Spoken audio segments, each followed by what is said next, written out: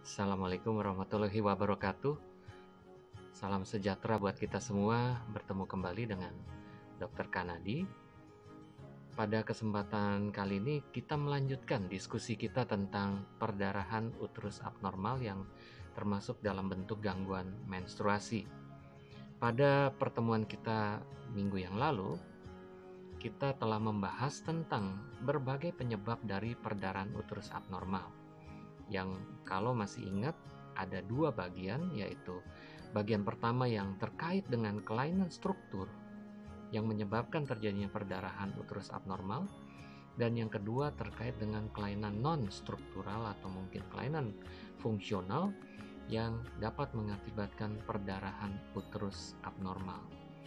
Nah, kalau masih ingat, kelainan struktur terbagi menjadi 4 yang disingkat sebagai PALM. P untuk polip, A adenomyosis, L leiomyoma, dan M malignancy. Pada diskusi kita hari ini, kita akan membahas P, polip.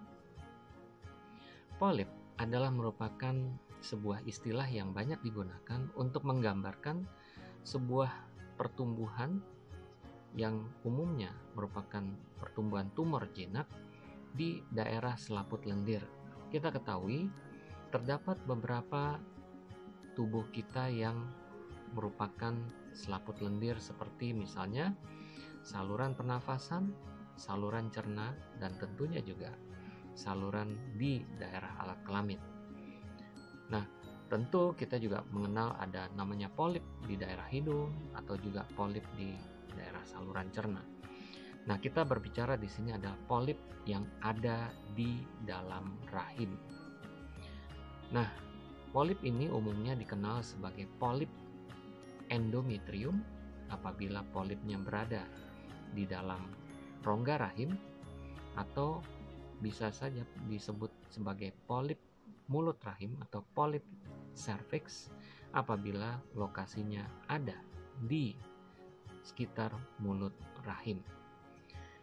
Nah, kalau kita lihat, polip ini sebenarnya adalah merupakan sebuah pertumbuhan dari lapisan selaput lendir yang kalau di dalam rahim komponennya terdiri dari apa yang disebut sebagai stroma. Stroma ini adalah seperti jaringan penunjang.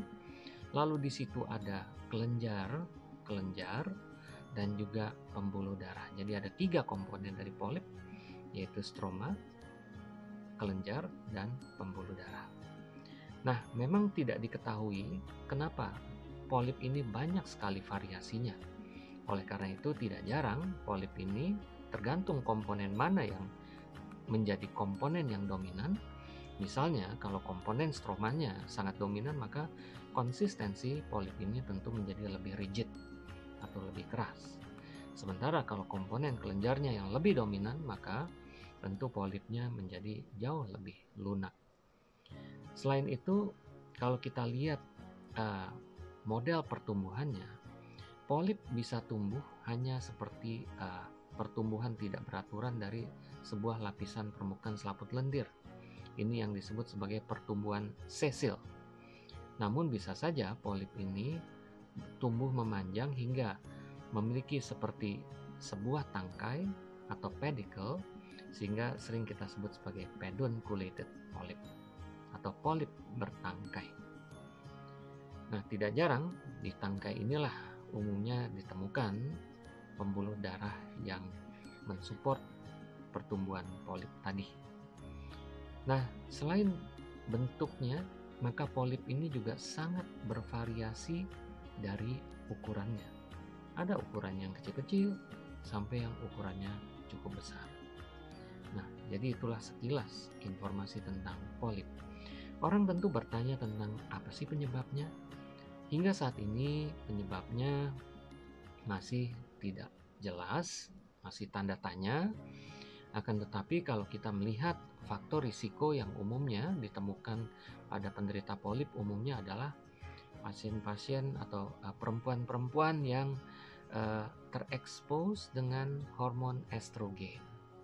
Misalnya dia seringkali mengalami siklus tidak subur. Lalu kedua, kadangkala dikaitkan dengan obesitas atau berat badan yang berlebih. Kita tahu bahwa seorang perempuan yang berat badannya berlebih sangat berkaitan dengan kemungkinan terjadinya siklus yang tidak subur, dan ini tentu memicu terjadinya gangguan keseimbangan hormonal di mana hormon estrogen menjadi dominan. Selain itu juga sering ditemukan pada pasien-pasien atau perempuan-perempuan yang usia menopausenya lebih panjang. Nah, biasanya kita ketahui bahwa usia menopause normal ini adalah di usia 50 tahun. Lalu kemudian seringkali juga dihubungkan dengan penggunaan obat-obatan yang memicu terjadinya aktivitas terhadap estrogen, ya, misalnya obat-obat hormonal. Namun tidak jarang polip ini juga dikaitkan dengan adanya reaksi radang lokal tentunya di daerah rahim. Jadi masih banyak sekali teori-teorinya, sehingga memang sampai saat ini belum ada sesuatu yang dapat menjelaskan secara definitif kira-kira etiologi apa yang paling pasti untuk terjadinya polip. Tapi orang lebih banyak menghubungkannya dengan hormon estrogen dan juga radang. Nah, bagaimana dengan angka kejadiannya? Angka kejadian polip ini bisa terjadi di semua tingkatan usia. Namun tentu saja kalau kita melihat tadi bahwa faktor risiko polip ini dikaitkan dengan hormon estrogen, tentunya lebih banyak ditemukan pada usia reproduktif. Nah, kalau kita lihat memang polip ini tidak jarang ditemukan secara tidak sengaja, di mana pasien mungkin tidak ada gejala, namun bisa juga dikaitkan dengan gejala-gejala tertentu. Nah, kalau kita kaitkan dengan gejala, maka bisa saja polip ini dihubungkan dengan gejala misalnya perdarahan uterus abnormal. Seperti yang kita ketahui bahwa polip dianggap sebagai salah satu kontributor yang sangat penting untuk terjadinya perdarahan uterus abnormal. Diperkirakan kejadian polip pada perdarahan uterus abnormal itu mencapai 20 hingga 30%. Dan diketahui juga tidak jarang polip ini ditemukan juga pada kasus-kasus gangguan kesuburan atau infertility. Namun sekali lagi, polip ini juga seperti saya katakan sebelumnya, dapat ditemukan secara kebetulan pada orang yang tidak terdapat gejala apapun, dan dikatakan bahwa prevalensinya bisa mencapai antara 10 hingga 15%. Nah, gejala perdarahan uterus abnormal seperti apa yang umumnya ditemukan pada kasus-kasus polip? Nah, seperti yang sudah saya sampaikan di kuliah sebelumnya, umumnya penderita polip memberikan gejala berupa perdarahan haid yang reguler, namun di antara perdarahan haid tadi terdapat perdarahan yang irregular. Jadi seringkali disebut sebagai perdarahan di antara menstruasi atau sering dikenal sebagai intermenstrual bleeding. Nah, bagaimana mendiagnosisnya? Tentu saja tergantung pada bagaimana kondisi polip itu, terkait dengan lokasi tentunya. Tidak jarang polip yang ada di mulut rahim atau dikenal sebagai polip cervix ditemukan pada saat dilakukan pemeriksaan fisik dengan menggunakan alat yang disebut sebagai cocor bebek atau speculum, di mana kita menemukan seperti adanya daging tumbuh yang keluar dari mulut rahim, dan sangat mudah ditemukan. Dan tidak jarang polip itu apabila sangat fragil dapat mudah sekali berdarah. Namun kalau polipnya ada di dalam rahim, biasanya memang dibutuhkan bantuan alat-alat penunjang diagnostik, yaitu alat-alat imaging. Tentu yang paling populer adalah pemeriksaan ultrasonografi. Akan tetapi, karena gambaran pertumbuhan polip di lapisan dinding rahim yang memang secara normal akan menebal di setiap siklus menstruasi, maka kita harus dapat memilih waktu yang tepat kapan kita melakukan pemeriksaan ultrasonografi. Biasanya dokter akan memilih pemeriksaan ultrasonografi untuk mendeteksi polip pada saat lapisan dinding rahim itu diperkirakan sudah cukup tipis, yaitu pada masa proliferasi awal, yaitu pada saat haid baru saja mulai berhenti. Jadi pada saat lapisan dinding rahim tipis, maka kita dapat melakukan pemeriksaan ultrasonografi untuk melihat adanya pertumbuhan polip. Biasanya polip dikenali sebagai sebuah gambaran layaknya seperti penebalan lapisan dinding rahim atau endometrium. Dan tentu saja bisa dikenali juga dengan keberadaan dari pembuluh darah yang ada di polip tersebut. Nah, namun tidak jarang terdapat beberapa kondisi yang menyulitkan, di mana apabila memang dinding rahim itu sangat meragukan untuk dibedakan antara apakah ini dinding rahim yang memang menebal atau ini adalah merupakan sebuah polip, maka biasanya dokter bisa melakukan sebuah prosedur khusus, yaitu dengan cara memasukkan cairan ke dalam rongga rahim, sehingga dengan memasukkan cairan tadi maka rongga rahim akan terbuka dan akibatnya dinding rahim yang normal akan sedikit tertekan, maka akan tampaklah di situ apabila ada sebuah penonjolan dari lapisan dinding rahim tadi. Akan tetapi hati-hati, biasanya dokter akan berupaya untuk memastikan apakah bagian yang menonjol dari lapisan dinding rahim itu adalah merupakan sebuah polip atau merupakan sebuah tumor jinak yang berasal dari dinding rahim yang disebut sebagai leiomyoma. Nah, itu adalah upaya yang biasanya dilakukan. Namun di zaman sekarang, di mana alat diagnostik sudah cukup maju dan canggih, sekarang beberapa dokter yang terampil mampu melakukan diagnostik polip dengan lebih baik lagi, yaitu dengan cara melakukan pemeriksaan apa yang disebut sebagai teropong atau hysteroscopy. Untuk diketahui bahwa pemeriksaan teropong ini, karena diameter dari teropong tadi begitu kecilnya, sehingga apabila dimasukkan melalui leher rahim maka tidak akan terasa nyeri. Maka prosedur ini seringkali dilakukan di poliklinik rawat jalan. Maka prosedur ini seringkali dikenal sebagai office hysteroscopy atau teropong yang dilakukan di poliklinik rawat jalan.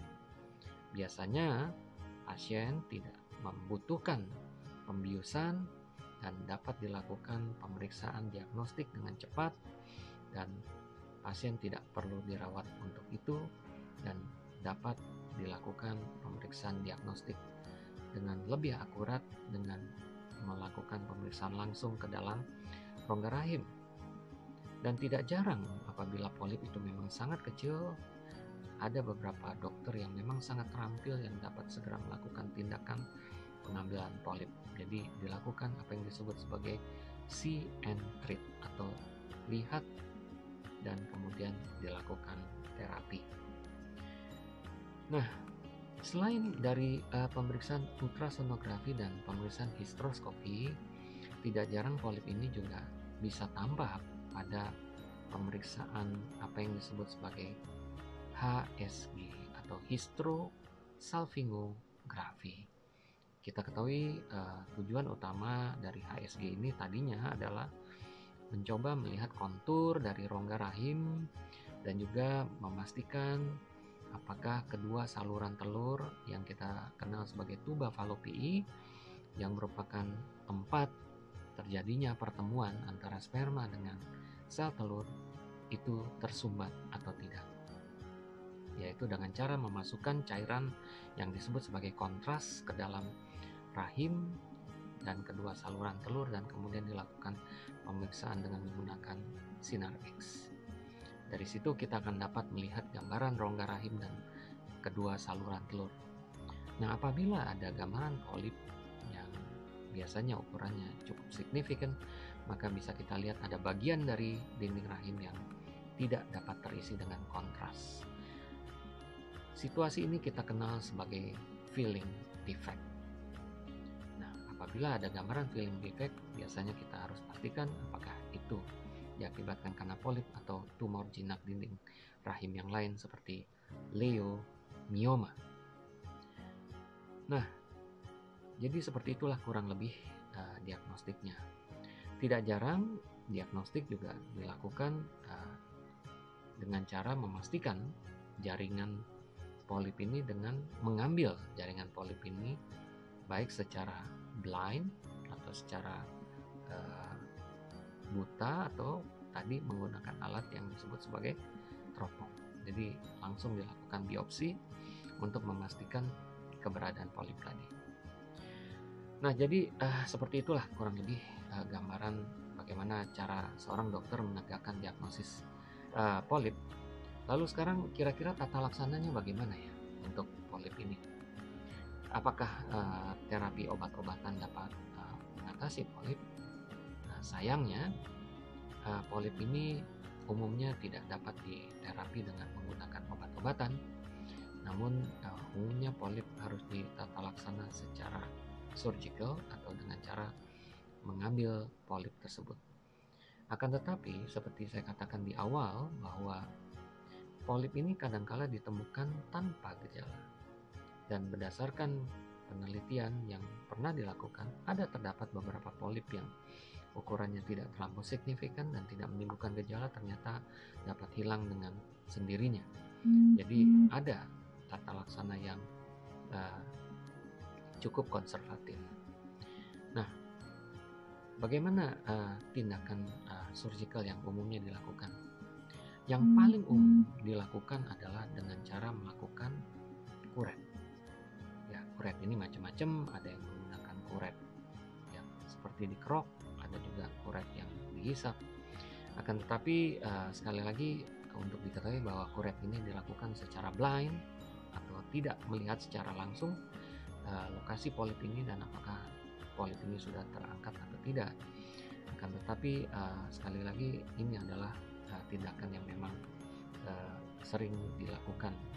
Biasanya dokter akan melakukan tindakan kuret secara sistematik untuk memastikan bahwa tidak ada bagian dari rongga rahim yang terlewat dari tindakan kuret. Jadi sebenarnya tindakan ini masih bisa diterima sekiranya tidak ada fasilitas yang memadai untuk dilakukan upaya pemeriksaan teropong tadi, karena tentu kalau kita lihat saat ini pemeriksaan teropong secara langsung ke dalam rongga rahim menggunakan fasilitas yang disebut sebagai hysteroscopy dan kemudian melakukan pengambilan polip itu dengan secara mekanik baik menggunakan gunting atau menggunakan penjepit atau dengan cara menggunakan tenaga listrik untuk memotong polip tadi. Ini sudah sangat umum ditemukan pada rumah sakit yang memiliki fasilitas dan juga dokter-dokter yang sangat terampil melakukan tindakan apa yang disebut sebagai hysteroscopy operatif. Jadi biasanya hysteroscopy diagnostik, apabila ditemukan kelainan maka dilanjutkan dengan hysteroscopy operatif. Nah, bagaimana dengan kelanjutan sekiranya orang mengalami polip? Apakah berbahaya? Ada banyak yang menghubungkan polip ini dengan kemungkinan terjadinya keganasan. Akan tetapi, berdasarkan data-data penelitian yang ada, ternyata angka keganasan yang berasal dari polip ini sangat kecil. Angka kejadiannya hanya berkisar antara 1-3%. Jadi kebanyakan sebagian besar adalah tumor jinak. Akan tetapi tentu harus digarisbawahi bahwa mohon berhati-hati sekiranya ditemukan polip pada perempuan pasca menopause. Artinya perempuan tersebut mengalami perdarahan uterus abnormal pada setelah menopause. Dan kita tahu apabila ada perdarahan pasca menopause, maka kita harus menyingkirkan kemungkinan keganasan sebelum kita yakin bahwa itu bukan keganasan. Baik, dengan demikian saya sudah menyampaikan berbagai hal terkait dengan kelainan polip yang merupakan salah satu penyebab kelainan struktur yang mengakibatkan terjadinya keluhan perdarahan uterus abnormal sebagai salah satu bentuk gangguan menstruasi. Sampai di sini dulu kuliah atau diskusi singkat saya. Semoga bermanfaat. Kita bertemu di lain waktu. Wassalamualaikum warahmatullahi wabarakatuh. Salam sejahtera buat kita semua. Terima kasih atas perhatiannya.